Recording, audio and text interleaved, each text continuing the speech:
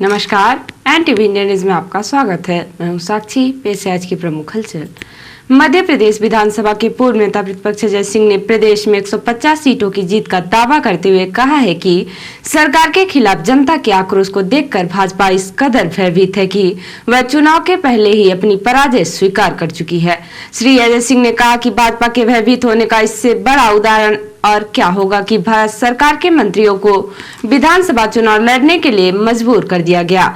चुराट विधानसभा क्षेत्र के ग्राम मनकीसर, बिलदह, बोकरो, गौरदह, खैरा, पोस्ता एवं अमिलिया में आयोजित जनसंपर्क एवं जनसभाओं को संबोधित करते हुए अजय सिंह ने कहा कि प्रदेश की जनता महंगाई से परेशान है, पढ़े लिखे युवा बेरोजगारी से परेशान है, महिलाएं और बच्चियां अत्याचार से परेशान है, किसान कर्ज से परेशान है, गरीब बिजली के बिल से परेशान है, कर्मचारी वर्कलोड से परेशान है और व्यापारी शोषण से परेशान है।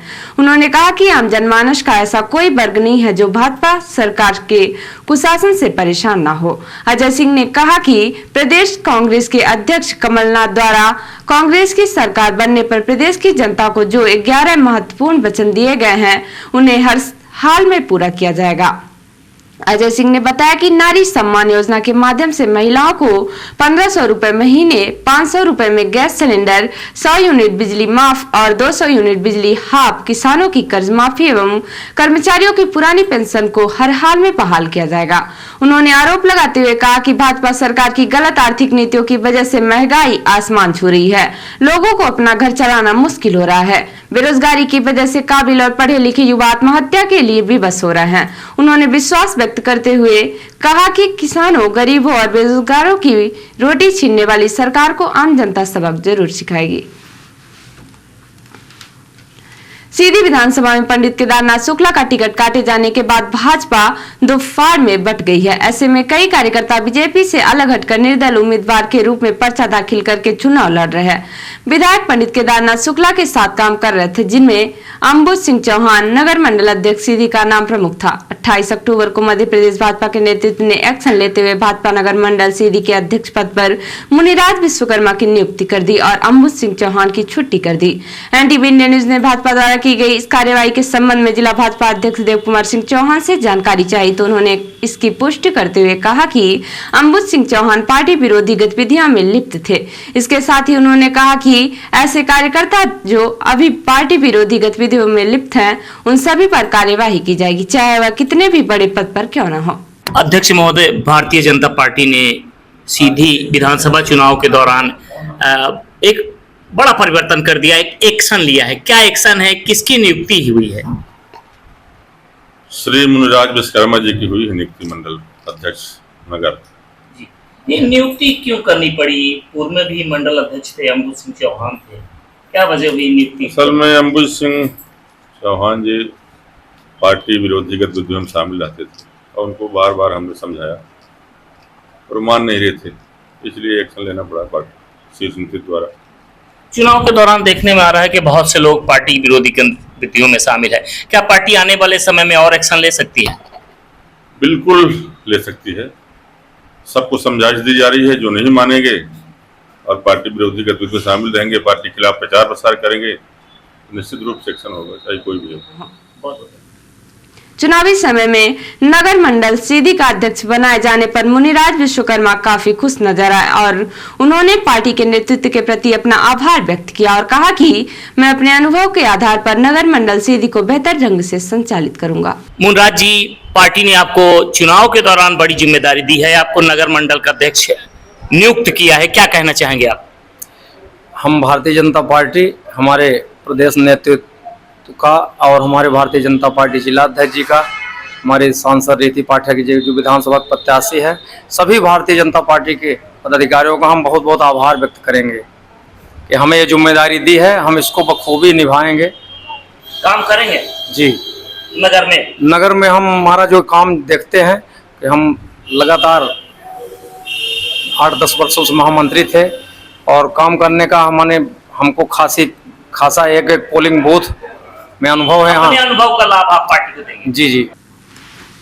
कलेक्टर एवं जिला निर्वाचन अधिकारी साकेत मालवी के निर्देशन में मतदान कराने के लिए पीठासीन अधिकारियों तथा मतदान अधिकारियों का प्रशिक्षण निर्धारित केंद्रों में आयोजित किया जा रहा है। उत्कृष्ट विद्यालय सीधी तथा संजय गांधी महाविद्यालय में 2 पालियों में मास्टर ट्रेनर्स द्वारा प्रशिक्षण दिया जा रहा है।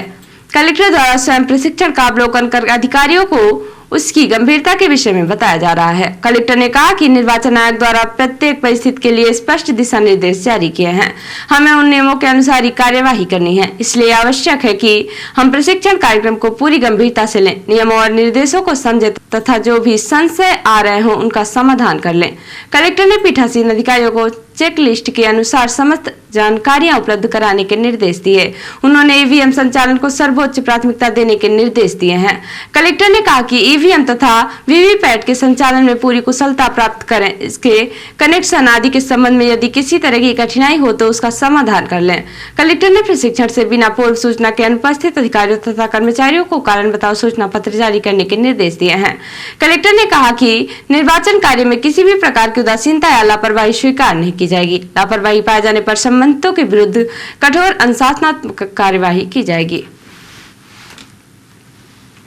विधानसभा चुनाव के लिए सीधी जिले में 17 नवंबर को मतदान होगा। शासन द्वारा 17 नवंबर को सार्वजनिक अवकाश घोषित किया गया है। इस संबंध में कलेक्टर एवं जिला निर्वाचन अधिकारी साकेत मालवी ने बताया कि यह अवकाश निगोशिएबल इंस्ट्रूमेंट एक्ट के तहत घोषित किया गया है। यह अवकाश सभी शिक्षण संस्थाओं, शासकीय अशासकीय कार्यालयों, प्रतिष्ठानों, दुकानों तथा कारखानों पर लागू होगा। उन्होंने कहा है कि जो कारखाने तथा उत्पादन इकाइयां लगातार कार्य कर रही हैं, उनके कर्मचारियों एवं मजदूरों को क्रम से पारी बनाकर संवैधानिक अवकाश दिया जाएगा।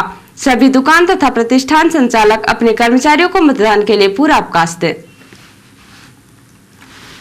रिपोर्टर हिमाई रौतेला ने बताया कि प्रहलाद नारायण मीणा एसएसपी नैनीताल द्वारा जनपद नैनीताल स्तर पर अवैध मादक पदार्थों की तस्करी, बिक्री, सेवन के विरुद्ध प्रचलित अभियान के तहत हरबंस सिंह एसपी सिटी हल्द्वानी, भूपेन्द्र सिंह धोनी क्षेत्राधिकारी हल्द्वानी के पर्यवेक्षण थाना अध्यक्ष बनभूलपुरा नीरज भाकुनी के नेतृत्व में बनभूलपुरा थाना पुलिस टीम द्वारा आज चेकिंग के दौरान युवाओं की नसों में जहर घोलने वाला नशीले इंजेक्शनों का सौदागर हल्द्वानी निवासी 20 वर्षीय नवयुवक अनिरुद्ध पांडे को बनभूलपुरा क्षेत्र से कुल 5 अदद प्रतिबंधित इंजेक्शन सहित कुल 9 प्रतिबंधित इंजेक्शनों के साथ गिरफ्तार किया गया है, जिसके विरुद्ध थाना भूलपुरा धारा 8/22 एनडीपीएस एक्ट के अंतर्गत अभियोग पंजीकृत किया गया है। और अब पेश प्रादेशिक हलचल। प्रियंका गांधी बोली, एमपी बड़े बदलाव के लिए तैयार। दमोह में कहा, बीजेपी 18 साल से सत्ता में 3 साल में मात्र 21 रोजगार दिए। काला पीपल से कांग्रेस प्रत्याशी कुणाल चौधरी के भाई हितेश को एसपी रेल भोपाल के पद से हटाया। भिंड में टिकट नहीं मिलने पर फफक पड़े बीजेपी प्रदेश उपाध्यक्ष। दशहरा मिलन में बोले, निर्णय पार्टी का नहीं व्यक्तियों का है। और लाखों मनरेगा श्रमिकों के भूखों मरने की नौबत। 2.5 महीने से नहीं मिली मजदूरी, कांग्रेस करेगी चुनाव आयोग को शिकायत। और अब पेश राष्ट्रीय हलचल। दिल्ली में 75 रुपए किलो तक पहुंचे प्याज के दाम। यहाँ एक हफ्ते में दोगुनी हुई कीमत। अन्य शहरों में भी तेजी से बढ़ रही कीमतें। तंगहाली के बावजूद कश्मीर पर प्रोपेगेंडा फैला रहा पाकिस्तान, स्पेशल फंड भी जारी किया। मोदी ने मिस्र के राष्ट्रपति से फोन पर बात की। इजराइल हमास जंग पर चर्चा हुई और हमास का हमला सिर्फ रिएक्शन। इजराइल इसे धार्मिक लड़ाई बना रहा, भारत से जंग रुकवाने की उम्मीद। तो ये थी आज की प्रमुख हलचल। नमस्कार।